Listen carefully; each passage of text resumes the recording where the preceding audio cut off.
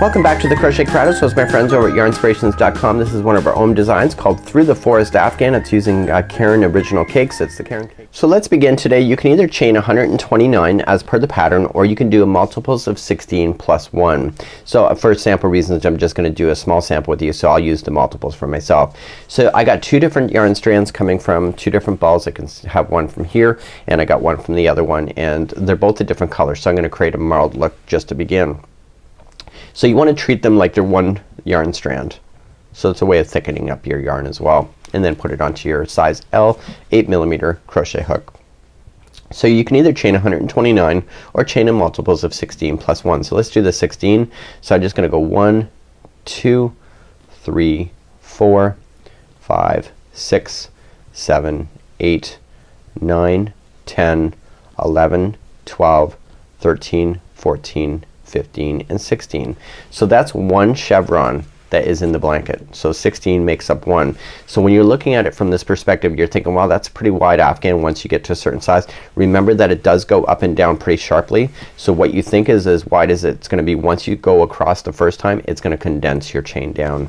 So let's continue to do another multiple of 16. So 1, 2, 3, 4, 5, 6, 7, 8, 9, 10, 11, 12, 13, 14, 15, and 16. And I'm gonna do it one more time just so I have 3 sets. So 1, 2, 3, 4, 5, 6, 7, 8, 9, 10, 11, 12, 13, 14, 15, and 16.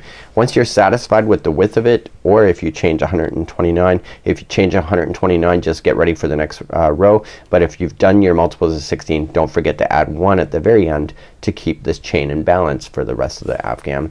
So what we're gonna do now is work our way across row number 1.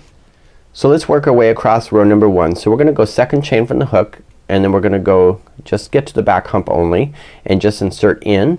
And I want you to single crochet into that same chain twice. So 1 and 2. So now we're gonna go in the down motion. So there's an up and down motion. So we're gonna go in the down motion. So the next 5 chains in a row will each be 1 single crochet. So just going into the back hump only. So 1, and the next one is 2, 3, and this is 4, and 5.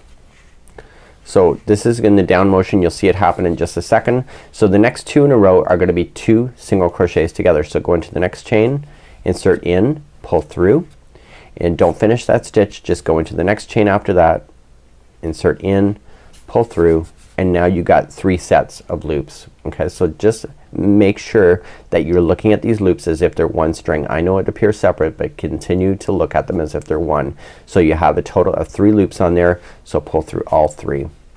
So the next 2 in a row are also gonna be single crochet 2 together. So insert in, pull through, and go into the next one and pull through, and then pull through all 3 sets.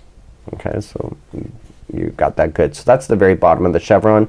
It'll show up in just a few moments. So the next 5 in a row are each gonna be 1 single crochet. So just continue to go across. So 1, 2,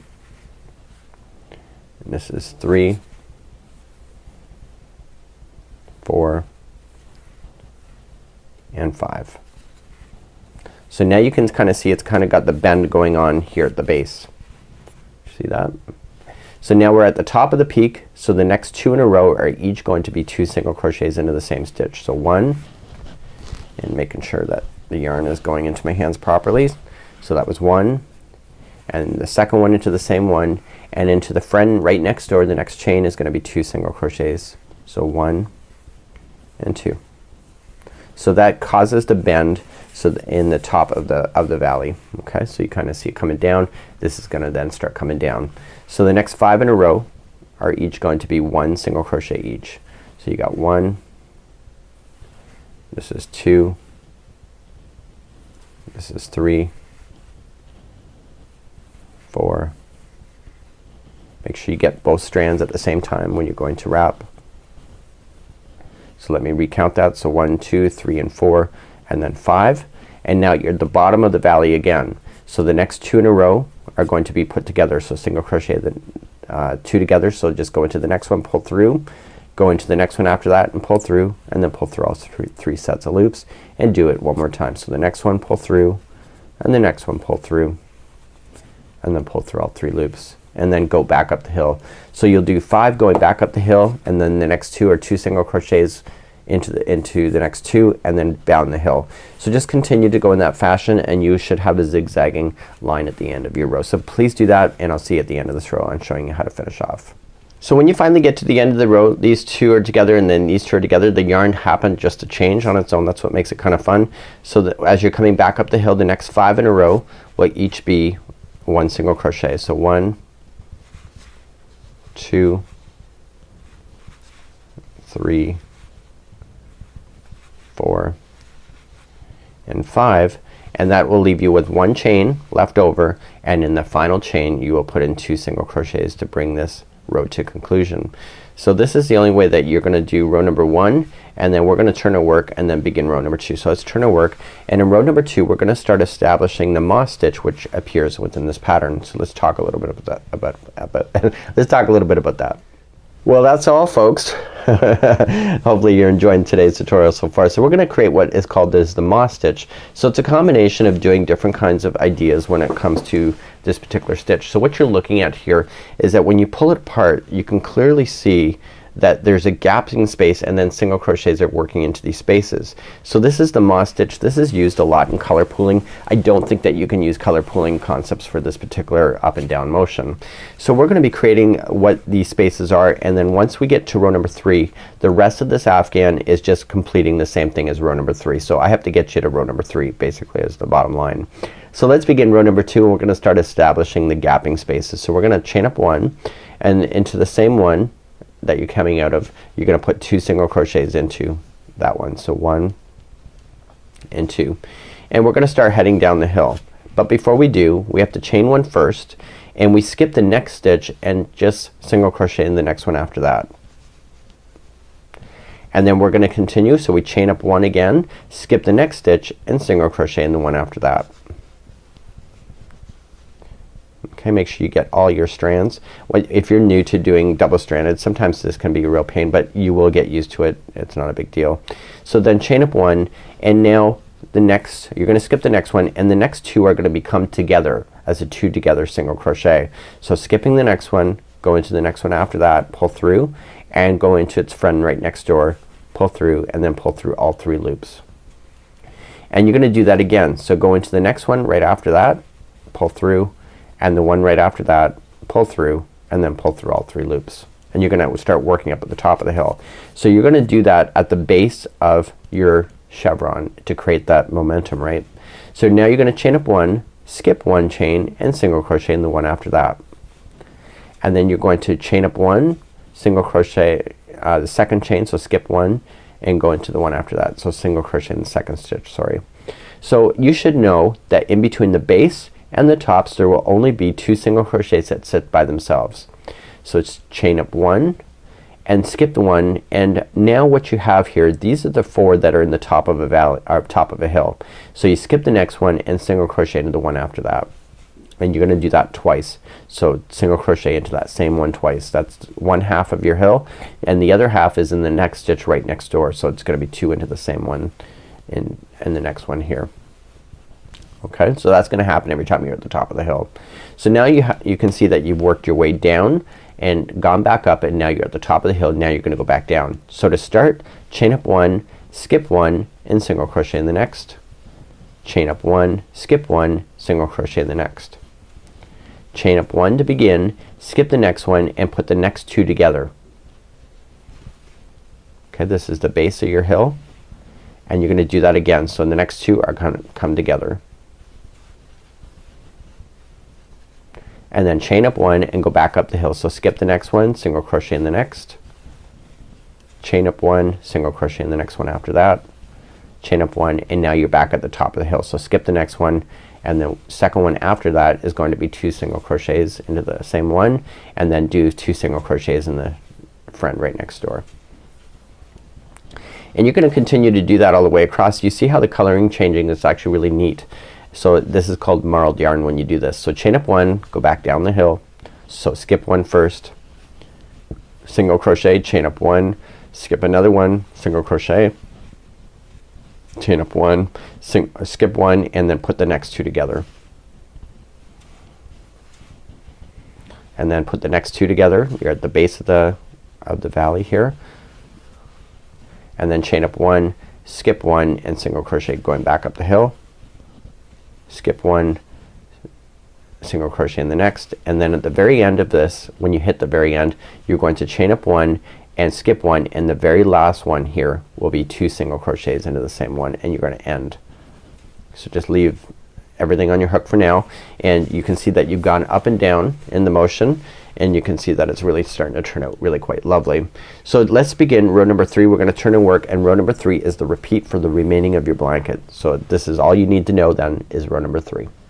So let's begin row number 3. Row number 3 is the repeat all the way for the rest of the blanket. So we've got you established with row number 1. Row number 2 is about creating these gapping spaces, and then row number 3 is going to be the gapping spaces continuing to repeat all the way through your afghan. So chain up one and single crochet twice into the very first one. So 1 and 2, and then chain up one.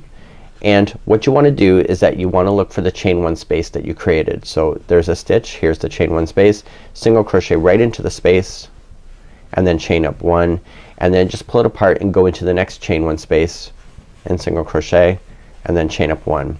So when you're in the base of the hills, you got to watch out for this. You have a space here, a stitch, and a space. Okay, so what you want to do is that after you've chained one, you go into the first space, going in, collect it, don't finish it, and then go into the next stitch, going in, pull through, and collect it. You have 3 sets of loops, pull through all 3. So on this side of the base of the valley is that you're going to go into the stitch first and leave it on your hook, and then go into the chain one space, collect, and now pull through all 3 loops.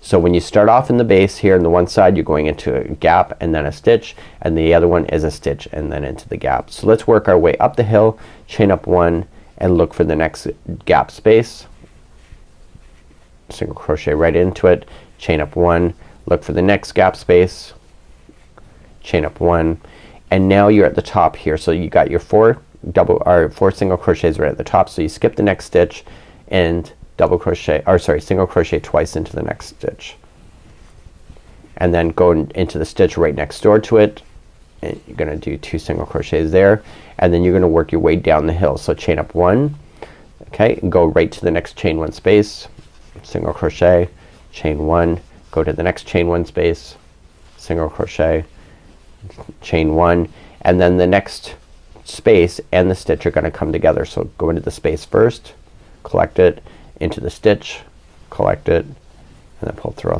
all 3, and then in the next stitch pull through, go into the next space, pull through, and pull through all 3 sets.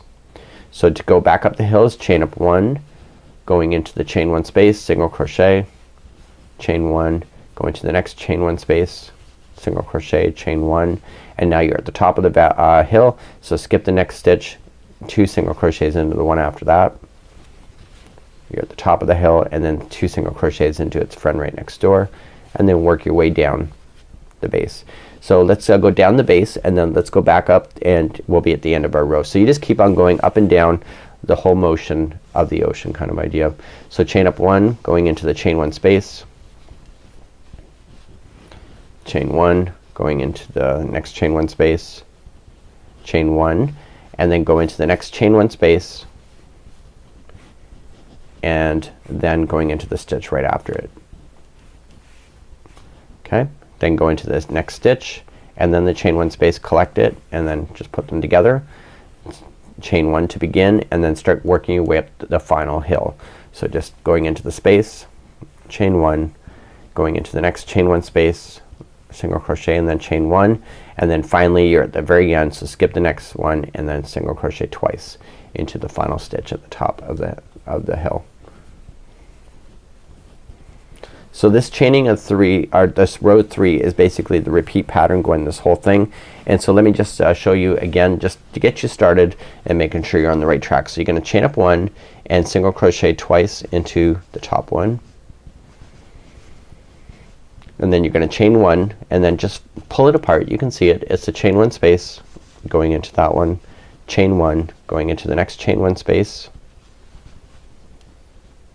chain 1, and then the next chain 1 space, and then the stitch right after it is going to be put together, and then the next stitch plus the chain 1 space is going to be put together as the base of your hill, and then chain up 1 going into the next chain 1 space, single chain 1 going into the next chain 1 space with a single, chain 1, and now you're at the top of the hill again. So skip the next one and 2 single crochets into the next one after that, and then do its friend right next door. So do it 2 at the top and then back down. So chain up 1, the next chain 1 space, chain 1, next chain 1 space, chain 1, and then you're at the base. So start with the first space, then the next stitch, put those together, go into the stitch, so chain 1 space, put those together, and then chain 1 and start working your way back up the hill.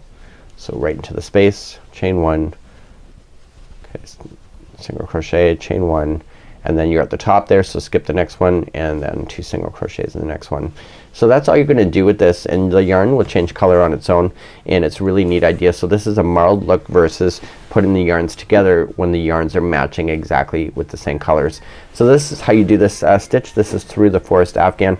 This is the moss stitch all done as a chevron. So until next time, have a great day. We'll see you again real soon. Bye bye.